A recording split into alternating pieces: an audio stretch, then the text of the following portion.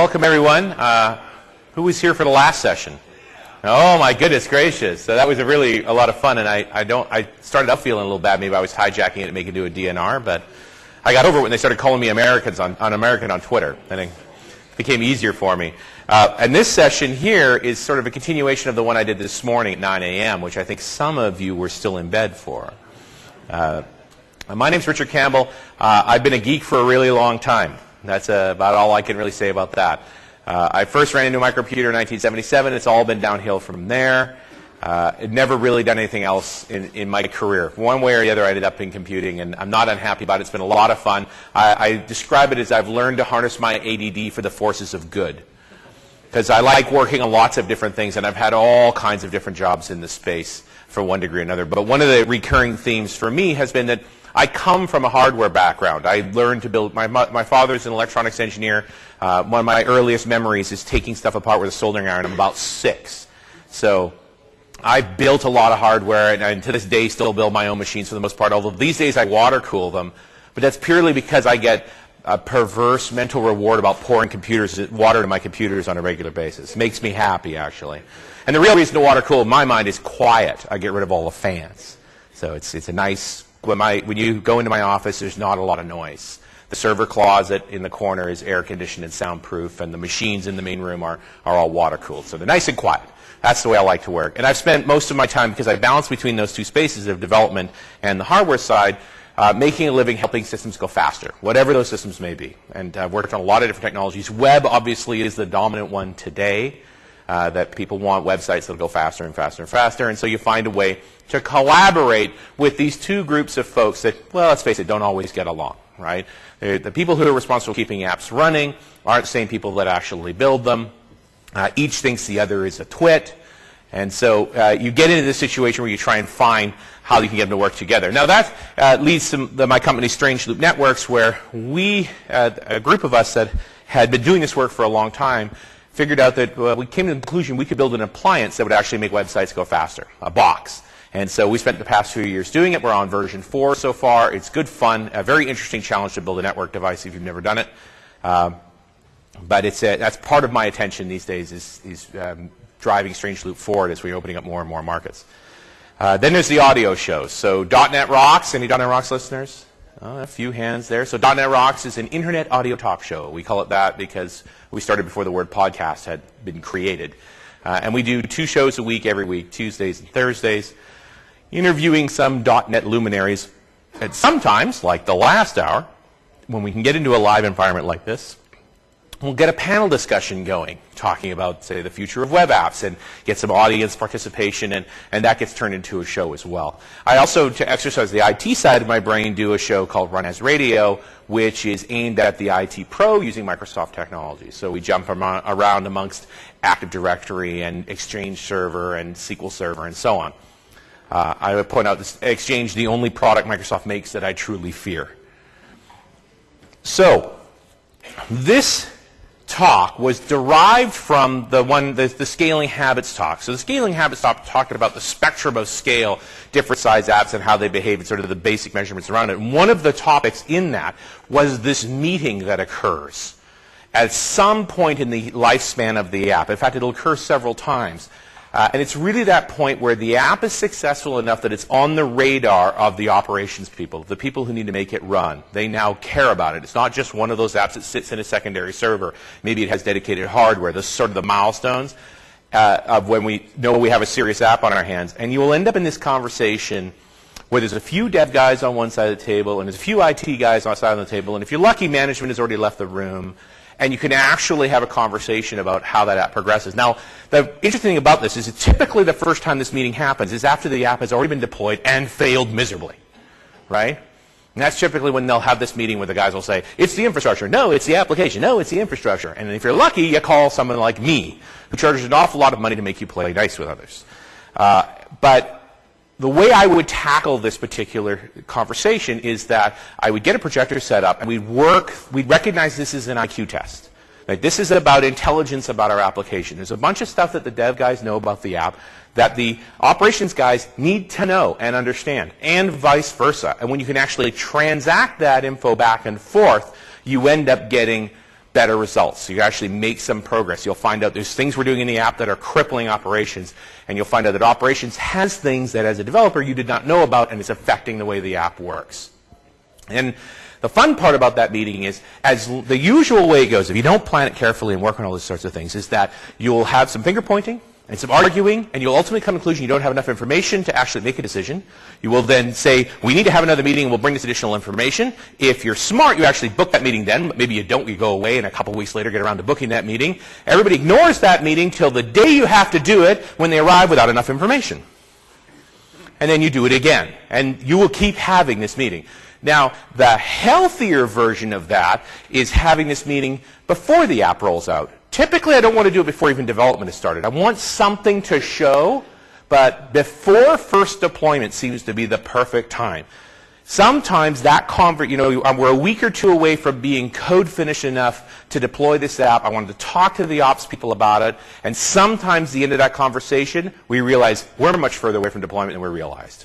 We need to push this out a few weeks, which is not a bad thing, because you're going to find that out anyway. The question is, you're going to find it out before you ship or after, right? That's the only distinction. But the other thing I found is that this meeting tends to happen, if you're doing it well, every time we ship a new version, just before we have this conversation again, and we catch up on a few things. So it can be actually a routine, fairly positive conversation. I would say, the way I've described it so far, it's very much development driven. It's as we have a new version, we go and talk to ops. I've seen it go the other way, where ops has come back and say, hey, can we talk to you guys about some features? Because we're watching the way this app behaves, and it'd be really great if you did this differently. Or, just a heads up, we're going to a new disaster recovery technique, and if your app stays down, we all lose our jobs, so maybe we can make some changes here.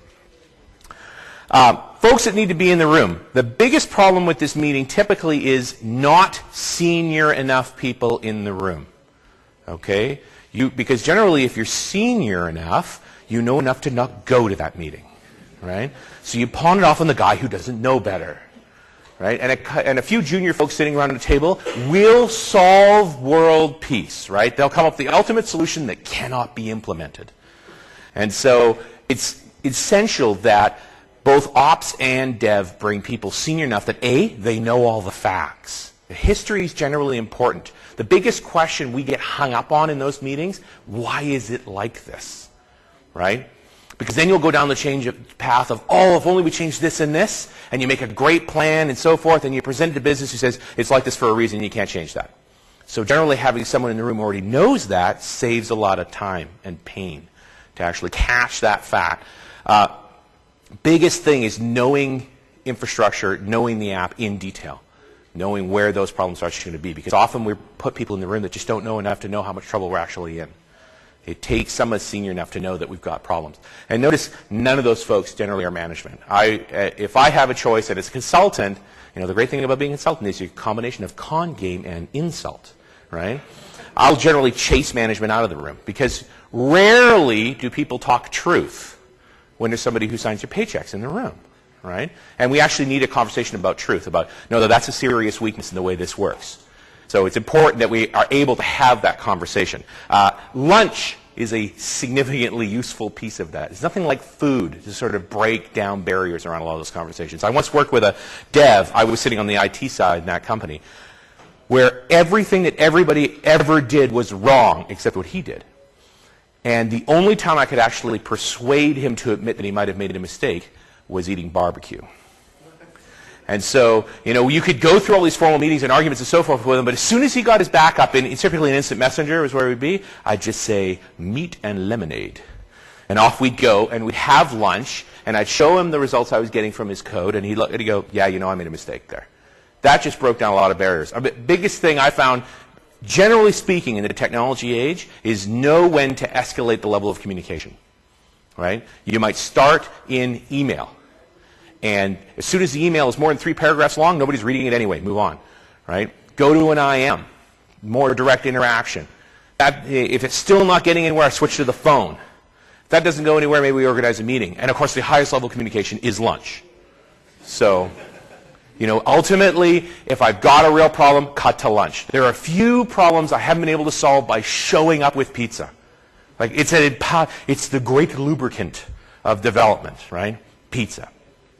So times when we can actually have this meeting. Obviously, while we're putting requirements together, when the app blows up spectacularly, when we're having performance problems, anytime there's a conversation about the way the app works is when both teams need to be involved. And typically, once it's deployed, this conversation will always go on. It's the question of whether you do it in a crisis. And the biggest problem with talking about an app right after it's crashed is like going shopping when you're hungry. You're going to make bad choices. Suddenly, Pop-Tarts are the driver. So it's better to do it when it's not in a threatening circumstance. We're not under the gun. The app is currently down. Biggest thing for me, getting off the dime. And every time we have this meeting, we do this again. But generally, it comes to the same results, which is actually prioritizing the app. What is the most important feature of this app? Of these 4 things, right? I want to list all 4 of them in order. For this app, recognizing that different apps have different rules, right? So in almost every case, and the problem is that, and this is where management comes in. If management sees this list, they'll say, oh, these are number 1 priority. Right? And the reality is there can only be one. Right? Doesn't mean that they aren't all important. They are all important. But there has to be a priority. The priority, ultimately, the bulk of the time for apps, number 1 is accuracy. It must be right. There are very few applications I've ever run into where we could afford the data to be wrong over making it fast. Right? And I told a story this morning about 2 scenarios here. We've got the bank scenario. The bank scenario is I'm taking money from this account and putting it into this account. And what's worse, leaving the money where it was and doing nothing, or taking money out of this account and it never appears over here? Right? The second one's worse. So we've now chosen accuracy over reliability. The way I phrased it for that company was, I'd rather be down than wrong. Accuracy was key. It was all about trust of the customer. Customer doesn't like it when money disappears. That's bad, right? So we're willing to put accuracy over reliability. I'd rather be down than wrong.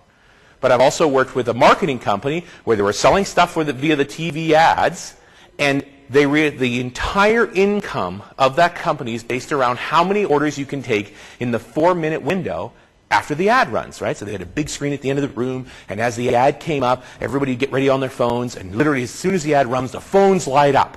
And you only get a few minutes to take all those orders before people hang up. The point being, the show comes back on, and that's it. They're gone, right? So the total price of that ad has to be paid for in that 4-minute sales window. Well, accuracy is secondary to the point of that point. It's about speed, speed, speed, speed, speed. Because if you get something wrong, you've already got their contact info, you can just ship them a replacement, right? There was nothing in that business that couldn't be fixed with free shipping. So all they cared about was get the orders processed. That was everything. Get them in fast. So we're in the very few examples where performance was a higher priority than accuracy. Okay? But after the first one, after accuracy, it's generally going to fall at the top. Next are the question marks, right? Is it more important to be fast than be reliable? It's only up half the time, but when it's up, it smokes, right? That might be acceptable, right? If it's up at the right times. Often you'll see, no, reliability is the next most important thing. I'd rather go slowly, but be working, right? And then, the next one down there, performance over scalability. It performs really, really well with just the key users using it, but as the number of users goes up, the performance goes down, right? And the balance between scalability and performance is an interesting one, because typically a very scalable system, and then what do I mean when I be really scalable? The performance of a single user is almost identical to the performance of 1,000 or 10,000 users, okay? Typically in an untuned app, the fastest version of that app is 1 user. And as the number of users goes up, the performance goes down. And the spread between these two is how well we scale. A really well-scaling app pulls those two numbers as close together as possible, including at the expense of performance with a single user, right? So I'm going to trade off performance for scalability. I need a really consistent experience. I want the same thing every time. It always works. The guys know what the pace is. It's more important to scale than to perform. Okay? Now, if you have a CTO that wags everything, and he's the guy who's tinkering with the app, then you may want to identify his IP separately and make sure his app always performs really fast. Right? I'm surprised how many times I've kept CTOs in a can just by making sure we made their experience positive. Right? That, and I also gave him an account that was called administrator, but was actually guest privileges. And the funny thing is he never noticed. Why? Because he never used it, ever. But he had one, so he was happy. All right, let's get into the meat of the meeting. And I'm going to start with dev knowledge. So this is stuff that the infrastructure guys need to know, the operations guys need to know. And my favorite starting point is the web config file. Because typically it's been set up by dev, but it is loaded full of stuff that the IT folks need to know. It's also nobody's opinion. It is pure data. So we suck the animosity out of the room when we're just looking at the data. We're not looking at each other, we're looking at the screen. Okay? So the screen goes up, we pull down the web config file, and we start working through piece by piece. So there's a lot of elements in a web config file. So stuff like authorization. Classic. Odds are you're using web forms. When the IT guy finds out about this, he's going to cry. Okay, because he's got a document from some big security agency that says everything is going to go through Active Directory and you're authenticating people in a clear text password in SQL Server, right? So he's going to flip at that moment. It's going to be the first one where you're finally going to get a debate, right? They're just going to read, nobody cares, You're doing what? Right? That's sort of that moment where it's the first time of, oh, you know, we have this, we're using IMAP, we have this engine over here, we use this X509, the certificate process. Like that, surprise, you didn't know, right? You went with web forms because it was what you could control, right? You already have access to the database, you have access to the web server, you don't want to talk to those guys, they're weird, and so, you know, you went with web forms. This is where you're going to bump into that first conversation. How are we doing this authentication? Next up, app settings. Biggest experience I've had with app settings is the usual thing the dev guy says when we look at a particular string in that is, oh yeah, we're not actually using that. So this is also a good time to remove all those strings we're not actually using. But it's also where, now that I convey the concept of app settings to the IT guy, like, so you're telling me this is how I could tell that app to use a different database? Yes, right? I don't have to recompile the app then. I pick it up from here. And if you need to change it, we just keep another web config file in the back end. Suddenly this is a DR strategy, right? This is a way for our application to recover from failure. There's all kinds of things to be dropped in here. I dealt with an application that had to constantly retrieve current exchange rates. And so the way that they communicated out for those exchange rates was an app setting so that the IT folks could change it as needed, right? Nice, simple area. Now, this will be the first time the IT guys' eyes light up. You just showed me something that will actually solve problems I'm responsible for. You understand why IT guys are so grumpy? Because I've been an IT guy, right? I was a good one, too. I sat in my little bunker with my little servers. Nobody ever phoned me. So I'd shut a server off. Phone rings every time, right? Yes? Try it again. They love me still. The problem when you're an IT guy is, if you do your job flawlessly, nobody can tell. You're invisible. You get a C, right? Make a mistake, you're an idiot. You get an F. Developers ship new features. When they ship a new version, everybody's running around and go, yay, right? You get an A. When you break the app, okay, you're an idiot. But, you know, at least there are visible successes in developers. There's rarely visible successes for IT. IT lives in a world of mitigating risk. Right? If you as a developer manage to rename every customer John Smith, it's my failure, right? Because I let you do it. So as a developer, we work with them in a way to show how do I help you mitigate risk? How do I make things safer for you? How do I give you confidence that I'm not going to ruin everything or enable the users to do it for you, right? That's the challenge. And so app settings, one of those places where finally the IT guy says, here's a place where we can cooperate on something, where these are settings I can adjust to work within my infrastructure and communicate to your app. Very powerful stuff. Custom errors is another fine area of positive conversation, just that, hey, how do you want it to look when a page fails? Or when they've gone to a page that doesn't exist. Maybe there's a standard place we want to redirect to. Maybe we can pick them up in some other way. I want to log that in some particular way. All that exists. It's just that typically as devs, we don't care. Right? The default's close enough. But have a conversation about this, you'll find the ops guys care.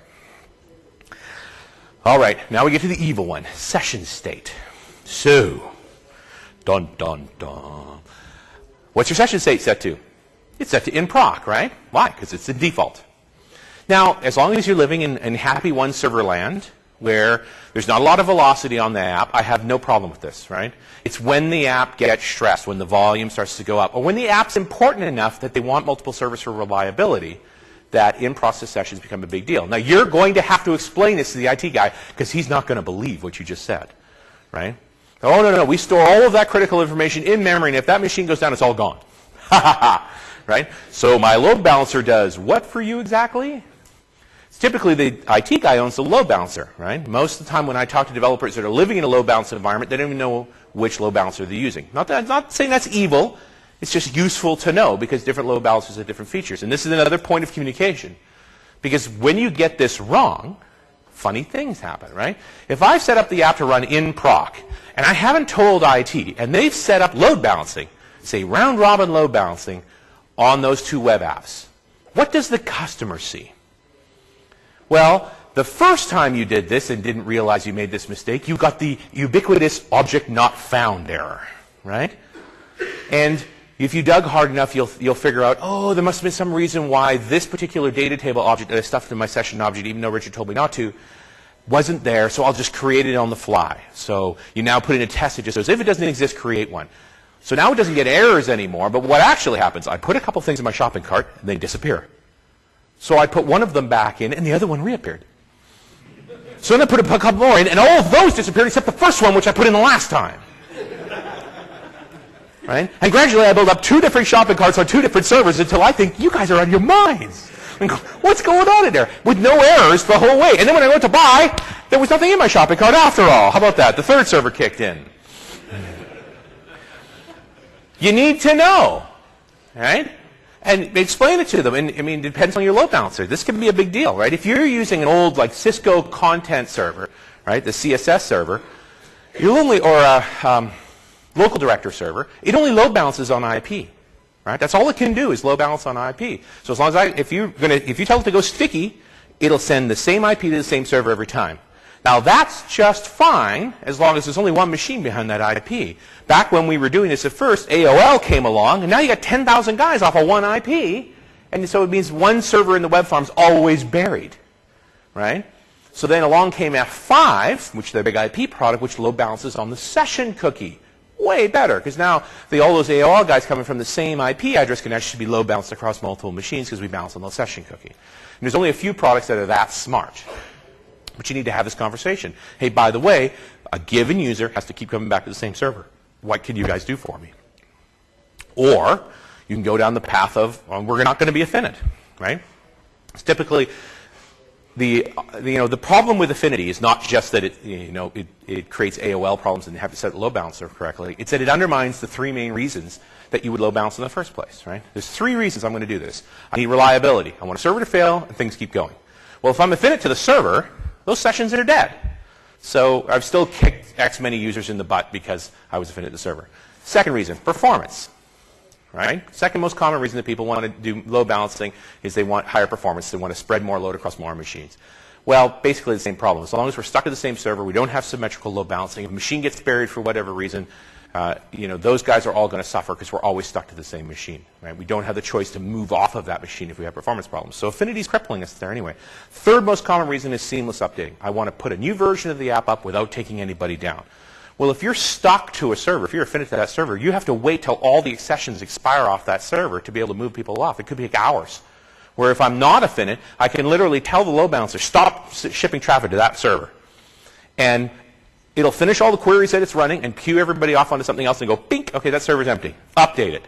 Now stick it back in the pool, take this one out, and you can do the whole thing in just a few minutes. Right? So, talking the whole conversation about Affinity and load balancing is a big one. And you can spend a long time talking to these guys about this particular issue and whether or not it's worth. Here's a scary thing. Management generally counts on the fact that dev and IT disagree. So when you guys do agree, you mess with their minds, right? So if you finally you have this whole conversation and come to the conclusion, we need to be non-Affinit. It meets these performance requirements. It meets these service level agreements. Like, we've got to do this. Because it's a terrible feature to work on, to switch an app from Affinit to non-Affinit. Because you're going to spend a long time changing code without writing features and breaking stuff that used to work. Right? To ultimately get to a point where you're doing what you were always doing in the first place. Right? It's like switching databases. It's a crappy feature to build. But you need it to achieve certain milestones. So making that pitch bash to management, say, hey, we need to do this big change, most of the time they'll shoot it down. What do we get for it? Who cares? But if dev and IT both go and say, no, no, no, we need to make this change, you need to allocate resources to it, you'll generally get it. All right, we've talked a lot about load balancing already. I think the biggest discussion point on this is what failure looks like. So here's the tricky bit. Generally, when servers fail, they don't fail right away. Our detection gear doesn't always detect it right away. And our recovery process is not pretty. An example of this is SQL Server clustering. All right? So you've got two SQL servers sharing a database. Now, they're not really sharing it. One owns it, the other one's trying to get it. Right? That's really all that this whole clustering thing is about, is the backup server, the slave server, is literally trying to just get control of the database file. One day it will. Right? That server fails for whatever reason, it blue screens, it reboots, and boom, it's got it. And the database goes, holy cow, I'm the master. It's the best day of my life. And he rolls the transactions back that haven't completed, and he applies the ones that still in the transaction elements were completed, weren't applied to the database, checks over the consistencies. Okay, I'm here, transact me. Right? Now, how long does that take? Depending on your rig, it's between 1 minute and 2 minutes. And meantime, how many transactions are being served? Well, none. Right? And what happened to that sustained connection you had off the app pool back to that database? Well, they all broke because that machine went away. Even if I'm doing NALB so they share an IP address, I still have to break and rebuild the connections. So from a developer's perspective, what does it take to make that failure seamless so that the user never knows it happened? I got to deal with, I sent off a query and it came back connection broken. Passing that back to the user, not a good idea. I once had a customer tell me, I want you to get in here, take all this ODBC stuff, all of these machines, because all it does is generate error messages. ODBC error, connection failed, right? Like it was ODBC's fault. So I need to deal with the fact that connection will break, reconnect to the database, fail at it, because remember it's going to be a couple minutes before it's going to accept connections at all. Then when I finally do connect, reapply the transaction, hopefully without timing out the page in the meantime, right? This is not a small thing to do. And you may or may not know if we are clustered, much less know how we're going to test this. So this is a beautiful IT Pro dev conversation. How do I make seamless failure work? How are we going to test this, boys? Right? I'm going to need somebody standing there with the cluster ready to pull the power cord out on a SQL Server database, which, by the way, is emotionally rewarding. Right? If you ever get an opportunity to go, ha ha ha, dead, I recommend it. And you know, back in the old days of transactional databases, we originally talked about the atomic transactions and so forth. That was the test. I complete the transaction. It said it's done. I yank the cord out. I plug it back in. It recovers itself, and that transaction better bloody be there. Right? That was the measure. We don't do a lot of that anymore. And for the most part, we've forgotten about all this. But it is part of the strength of the system is that it's stable that way. It can recover from those kinds of failures. Okay, one more whammy on the dev side, and I want to talk about the stuff that IT knows that dev needs to know. Performance bottlenecks. So we do things when we're writing code that seem trivial at the time, but actually create serious performance issues down the path. So an example of this. I was talking a bit about the company that sold the stuff online. Order now, get a free set of Ginsu knives. Those guys, interesting business. So they load all of their commercial data once a day. All of the different networks that they buy stuff on dump these text files onto them. And we'd have to throw out this database and reload it. Okay? Because that was what we had, right? We scheduled that reload for 1 a.m. Because typically at midnight is when everybody did the dump, so we gave them a little bit of time for everything to arrive, some stuff to recover, and we'd go. Meantime, Ops had scheduled the database backup for 1 a.m.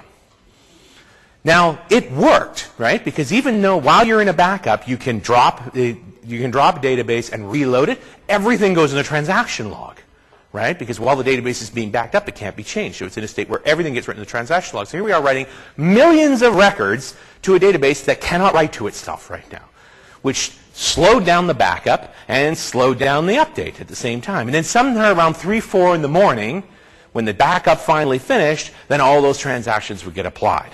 And then one day we ran the transaction log drive out of disk space, which really messes with your backup as well as with this data load.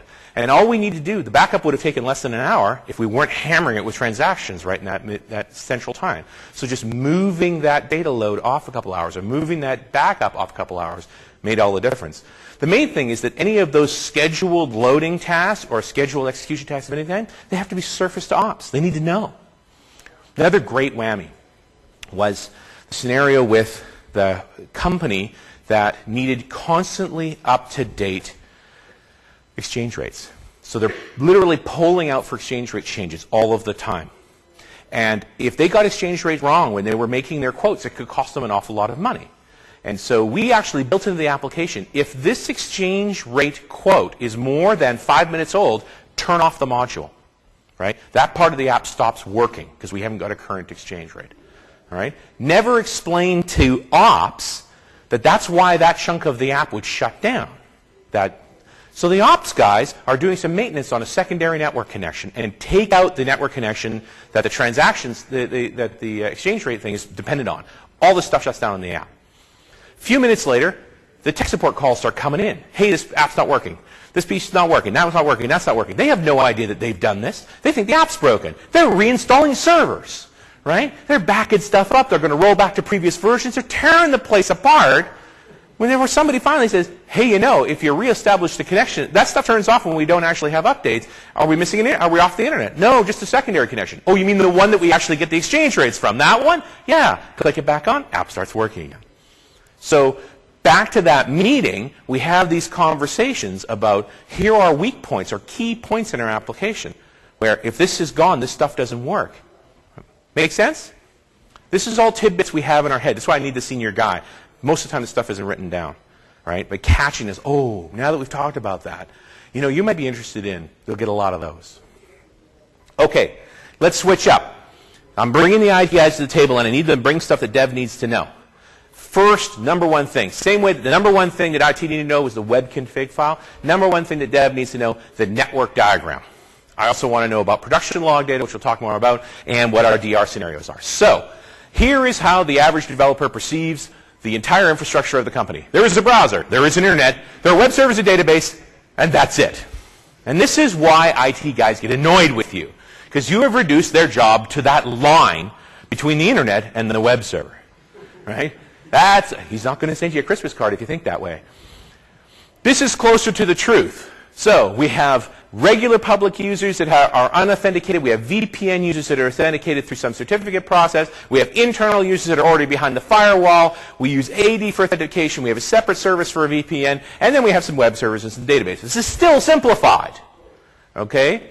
Now, remember, I'm calling this an IQ test because at the end of the day, my goal is that this IT guy can pull out the network diagram and put it in front of a developer, and he'll point to any piece of it and know what it does. Just like the web config file. What does authentication do?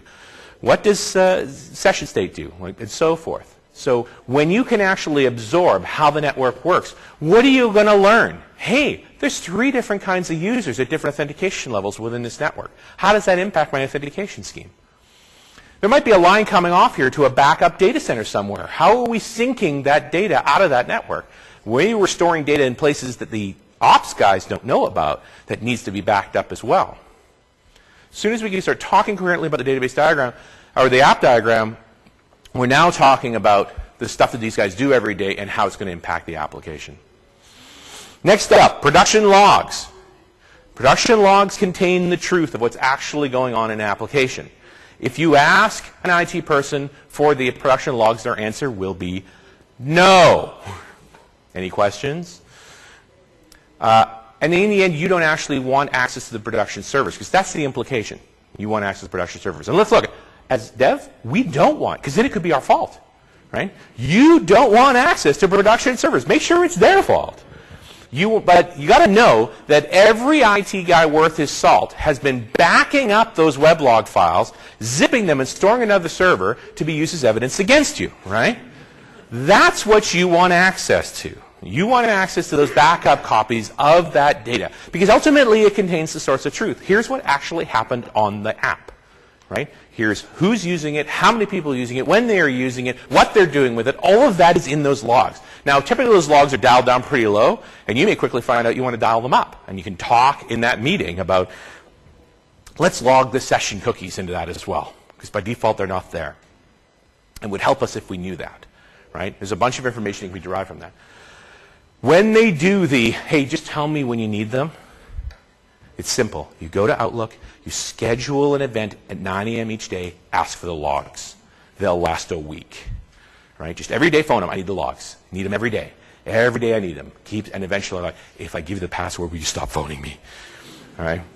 Now, what do you actually want to do with the logs? The biggest thing, and this is where everyone will get more comfortable when you have them, is not just the he said, she said battle of who did that, but actually starting to analyze them. First thing I do with production logs when I have access to them is start building test cases from them. Take that log data, pump it through Web Trends.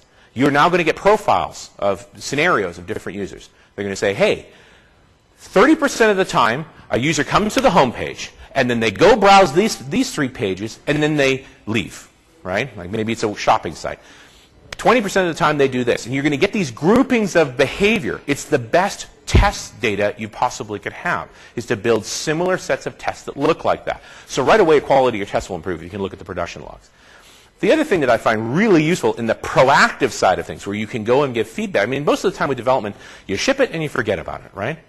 But if you can spend about a week after shipping looking at logs, see how the new feature is used, and can create a little summary of this many people are now using that feature, or maybe nobody's using that new feature, it has a problem, right? You shipped it, but you never saw if anybody actually used it. The truth's in the logs. How often do people use those new pages? How often do they go into those particular sets of features? If it's a big successful feature, talk more about it. Maybe that helps shape our conversation going forward for next versions. So instead of projecting what you think people are doing with the apps, use the log data to show the truth. And it's all there. All right, let's talk a little bit about disaster recovery.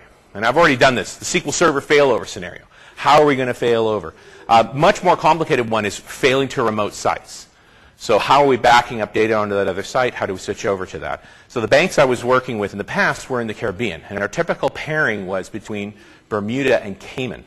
So Bermuda is off the east coast of the US, and Cayman is down below Cuba. And the reason we picked those two is they both had relatively decent internet access, and they're in totally different hurricane channels.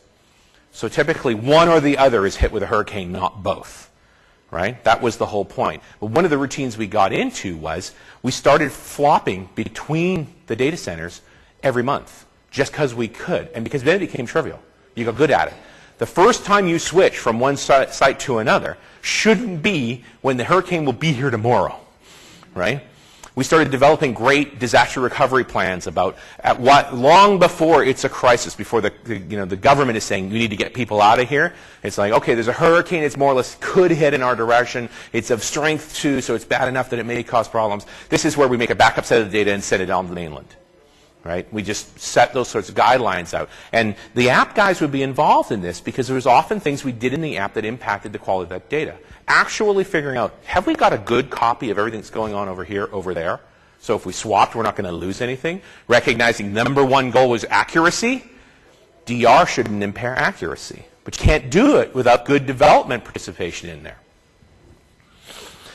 Interesting one about recovery was how much data can we lose? Right? So there's 2 different elements in disaster recovery. I mean, beyond basic detection, it's how long are we down for, and how much did we lose? So, for example, the TV marketing company, if you lost that commercial's ads, those calls, they're gone. There's no way to get them back. They're completely unrecoverable. Where the bank actually had a paper trail of everything. It might take a couple of months to recover that hour's worth of data, but it existed still. So, funny, the company that didn't care about accuracy had unrecoverable losses, where the bank had recoverable losses. Right? It was important to get back online, but we didn't need complete data sets. So we get the system back up right away, and we say, hey, you may be missing a few hours worth of data, but don't worry, it'll be back. Take a breath. Let us know if you have any concerns. In the meantime, we're working hard to get those missing transactions back into play from whatever source we've got. But it was important to get online quickly. So we got it back up and running. That's the conversation you have with DR, and you start talking about, okay, what are your guys' roles? What are our roles? How do we make sure this app doesn't do harm to that? Maybe we have a separate logging system that until we know it's already synchronized back to the other system, back to the remote site, we keep that log there so we can quickly apply that missing log piece. Right? Sometimes SQL Server isn't the right answer for everything. It's something we can write a little code on to make it work better. Make sense? This is an interesting conversation. It's fun because you work from all the way from the scenario of what if we have a virus attack? What if we're being audited? To what if I came to the office and there's a smoking hole in the ground where the office used to be? You know, that's sort of the worst case scenario. First thing is, maybe my disaster recovery guide should be somewhere other than the office. Because the book where we put all the plans together, it's burnt up too. Switching over to backup sites, the things like DNS entries, big one. This was a great whammy the first time we did this. We failed over to the remote site. Everything was running over there. And nobody thought about how we were going to get back. Because if you've got all that replication running, it's all one way. You now have to reestablish the replication going the other way, which definitely means a full sync. It could be days. In the meantime, we only have one site. Right? Interesting problem about how do we actually get the other side up and running again to be able to fail over to it. And that's why we got into this routine of doing it every month. We just got plain good at it. So we weren't afraid of disaster recovery. It was something we did all the time. We switched sites routinely. As a developer, offer to be in the DR practice routine. Even if you have nothing to do, be there. It's a nice thing to do, right? To just respect the process, but there's stuff in your head about the way apps work that will help them diagnose. And that leads us sort of the last element of this whole conversation, which is the firefight. So if we've had the productive version of this meeting, it doesn't end with we need more data, let's meet again. It ends with here's what we need to tell the boss we're doing and what we want him to do, mostly give us money. Right? Because when those two teams agree, it costs management money. Eventually, they won't want you to meet anymore. Okay? And routine meetings, like every time we ship a new version, every time we're going to do a major hardware upgrade, we're going to plan to do these things, is a good tactic for dealing with it. So let's talk about the cooperative firefight. This is a fun job, but this is the weekender, that kind of thing. So what this really, this is the ops guys on the front line, right? This is their real job. You know, the funny thing about ops folks is that usually when we see them during the day, there's not much to do. The bulk of their work happens off hours, right? If they're doing a massive server update, they're going to do it overnight when they at their low points. And invariably, busy websites crash on weekends when nobody's at work. But there's some poor schmo on call, and now he's in the firefight. What's happened in the site? Why is it going down? What are we losing? How's it breaking? And typically, if there's a significant estrangement between dev and IT, dev is never phoned until it's all over, right? You find out about it on a Monday when you come to work and they talk about how half the team is missing because they worked all weekend and the other half is blaming you, right? You missed the entire thing, and so no wonder they're angry with you. So the real question is when to involve development, when to actually bring them in. And the main thing for you is you as the developer have an insight into how the app works. So typically when it misbehaves, it's the same thing as that master mechanic who listens to the ping from the motor and says, oh, that must be coming from the tappets, right? Or from the valves. Only an experienced developer can look at that particular behavior and go, we have a primary key conflict. An ops guy's not going to see that. He's just going to think the database is corrupt and reinstall it, right? But if your app is not following identity rules and it's writing the same number over and over again, you're going to get this kind of bizarre error. So they can pick up on things. But by that same token, don't touch the keyboard. Don't write code. Don't use it. Oh, I can fix that. Ship it. Right? You know, rule number one, when you find yourself in a hole you don't want to be in, stop digging. Right? Don't come up with a new way to bury yourself. The easiest thing is to make it worse. And as the dev guy, you're doing stuff nobody else understands, so you can get away with a lot. Normally, IT folks are very cautious about this, right? Let's figure out what we're doing before we make any changes. Let's do a test case off the off production. I know we're down. Don't touch that, right? Let's just watch don't make it worse. And dev, we can make it worse in ways they can't even think of, right? So stay away from the keyboard. Provide advice. I think it's this problem. The app behaves like that when this thing happens. Let's go look over in this log file, right? Other places that you end up being able to look because you're diagnosing the app. But your insight's incredibly valuable, and it can save a ton of time. They're busy reinstalling servers and building other machines. They're getting ready to fall over to the other site, and you realize it's a broken connection somewhere just because you know the app behaves that way when that thing doesn't work, right? That's the insight. Okay, we're down to the last couple of minutes. I hope this is useful for you. Things to know. Do the meeting early, right? Be willing to ask for it early on. During the requirements phase, it's often good to have some code to show just to show where the app is at. Don't be afraid to do it routinely. It will be more fun the more you trust each other. Like I said, the best compliment ever is when the IT guys called the meeting. to talk about, hey, can we add these features? This would make our life so much easier. I'd love a way to see X and so forth. And you could incorporate that into the plan. And finally, both people take away knowledge, right? Typically, we'd end that meeting with reviewing things like, do you understand this now? What is this? What is this? What is that? Okay, now you test me. Okay, well, here's the web config file. What does this mean? What does that mean? You know, very constructive way to go. And ultimately coming up with a commitment around that firefight. When do I call a dev? All right? After I've gone through these procedures and I'm still not sure of the behavior, here's a couple of phone numbers to call. And they're willing to come in. You know, it's not the same thing as that you're on call this weekend kind of thing. Although, typically when we ship a new version, we generally have a dev on call for exactly that reason. If we were shipping key updates, you know, for a busy weekend, yeah, you're the guy. You'll help pitch in on that, and everybody gets more competent. All right. I hope you've had a great Tech Ed. We've enjoyed this. Please fill in your evals, and thanks very much for coming out.